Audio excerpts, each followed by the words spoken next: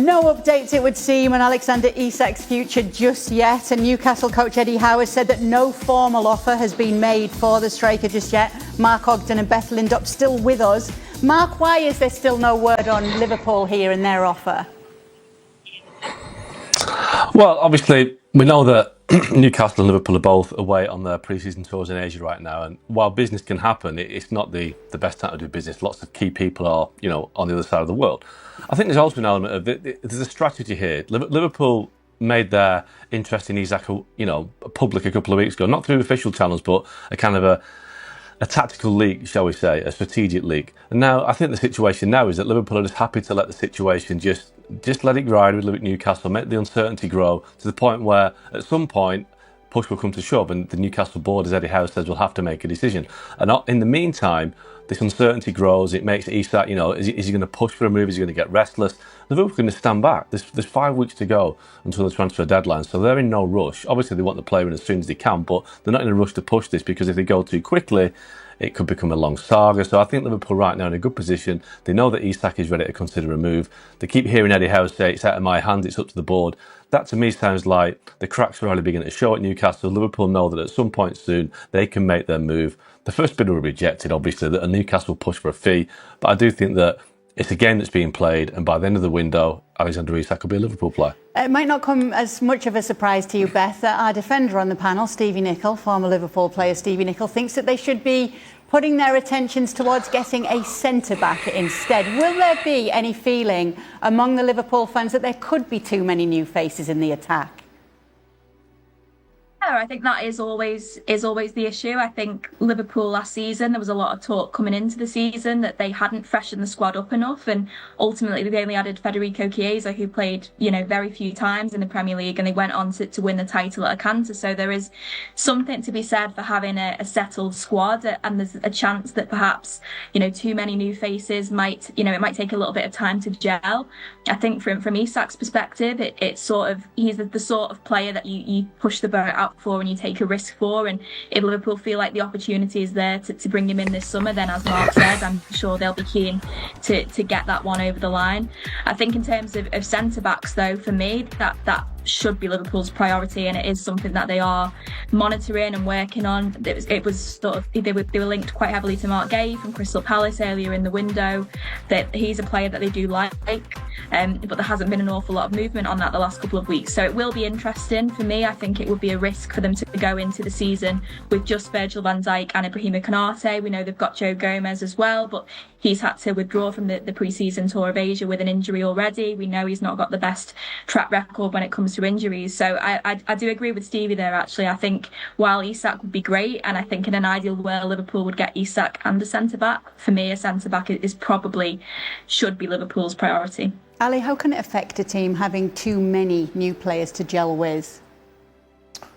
Well, you're looking at this from the perspective of Liverpool and the group of players that is already there. But think about the players that are coming in. Florian Wirtz and Alexander Isak haven't played in the same team together. So that and that's just one pairing. And you think about Ekitike, and then you think about all the other players that now have to accommodate these new faces that are coming in. My thought on Liverpool, it's very simple, and it's along the lines of something that Stevie was talking about the other day. If initially you were thinking about Dean Howson, it's because you were going to address the center-back position. That was going to be a priority for you in this window. Otherwise, you would not have been thinking about that player. Now, that player went elsewhere to Real Madrid. And since then, there's been no conversation about a center-back, and every conversation about all the attacking players. So why has this changed? Why have we gone from one end of the field to the opposite end of the field, dramatically so, and now there is very little conversation as to what the center-back position is going to be and who's going to be that player that could address some of the faults that Liverpool could potentially have in that position. They lack depth there. That's obvious to see. And so you're going to have difficulties in terms of the players coming in, playing together, and actually finding the rhythm together. And one of the things that we appreciate about Liverpool is how well the group plays together and how they did so all of last season, and how the movement of certain players, it's already automatic. You know where this guy's going to be. You know where that guy's going to be. You know, because you've played together, because you've gone through things, because you've had experiences together. And all of that takes time. And so while I understand what Mark is saying about Alexander Isak and Liverpool is in a good position and so on and so forth and this and that, and they're not going to push. Well, if the priority is Isak, then they need to have him available so that they can work through some of these things before the season starts. You don't want to be doing this the first 3-4 weeks of the season, where you're going through some growing pains, and we're going to have the discussion. Well, they didn't play together. They're trying to gel. They're trying to find each other's rhythm. And you're making the job of the manager more difficult as well, because he needs to figure out, where does this guy go? Where does that guy go? Where does this guy go? And I can tell you that there aren't enough positions for the amount of players that they now have available in the attacking half. So there's going to be some musical chairs going on at Liverpool, and Arne Slot is going to have to figure it out. And that takes time. And still, having said all that, they haven't addressed the center-back position. I don't know if I totally see the game plan here from Liverpool. I could see Ekitike or Isak. I don't see both of them. And now that you're going after Isak and you're ignoring what's going on back there, I think that could be a problem. Yeah, and there seems to be a big pot of money as well. We've already seen Liverpool spending a lot, Beth. It could be spending a lot more. I wonder how the fans have been reacting to the money that's been spent in the past. There have been complaints that they've not spent enough. We're never happy over in England, are we? If they spend too little, there's complaints. If they spend too much, there's complaints. But yeah, I think Liverpool obviously have there's been a bit of a departure from the typical strategy of being quite frugal in the transfer market. But that being said, that they're only able to do that because they're in a really strong financial position. The past 3 transfer windows, the only incoming has been Federico Chiesa for 12 million or so last summer. And during that time, they've got back into the Champions League. They've got the revenue from winning the Premier League. So in terms of PSR and financial room, they've got plenty of headroom there. And the shrewd decision making over the past few years has put them in this commanding position.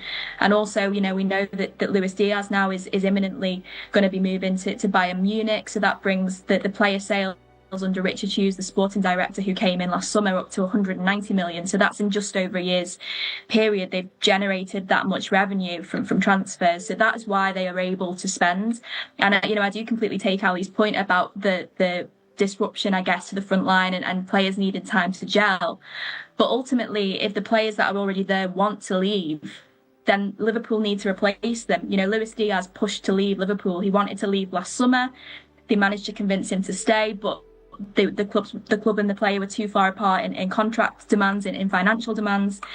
So ultimately they couldn't get a new deal agreed, and he decided that he wanted to leave. So they have to replace him. Darwin Núñez looks like he's going to be leaving, Federico Chiesa as well. And obviously, it feels incredibly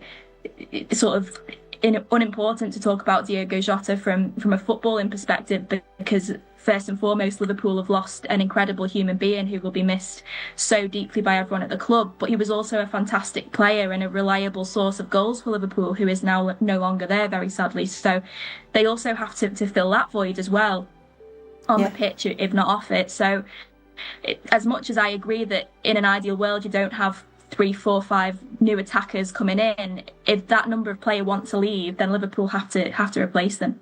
Well, I'm all for them bringing the players in, but give them enough time. This doesn't happen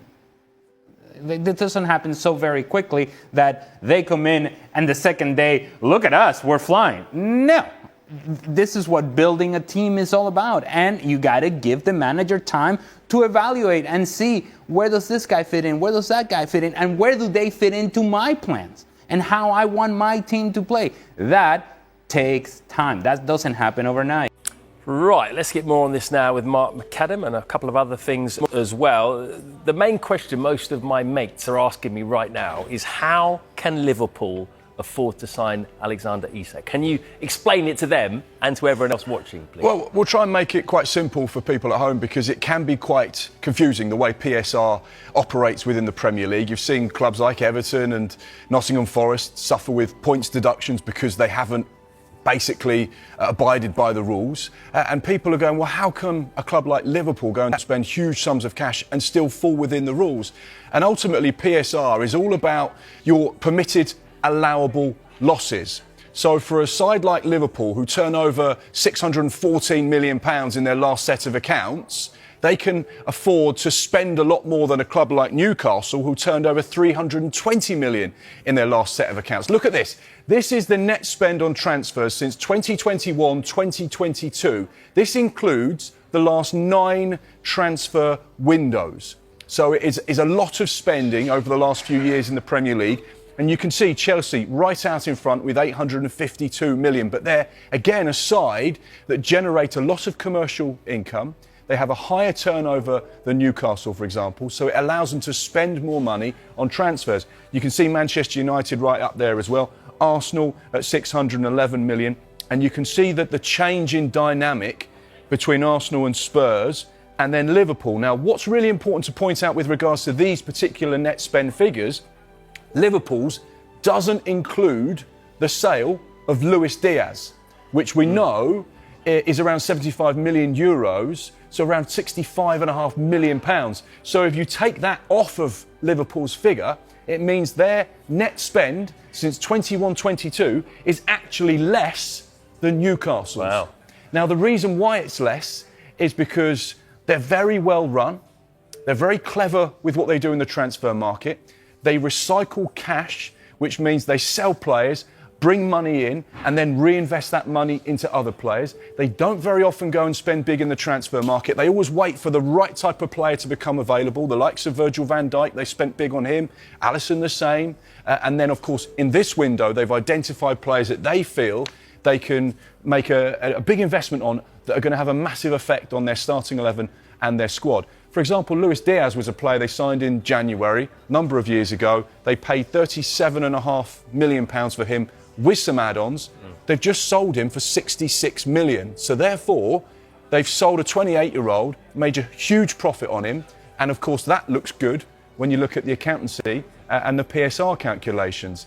So yeah, so it's really positive stuff as far as Liverpool are concerned. And you can see that whilst they are spending a lot of money, they're also bringing in a lot of money. And you just have to look at this summer. Luis Diaz, 65, 66. Trent Alexander-Arnold, 10 million. Jarell Quansah, 35 million. Nat Phillips, 2.5 million. So already, whilst they may have spent 300 million, which is the top end, and including all of the add-ons, at the minute, their actual outlay this summer is probably about £150 million.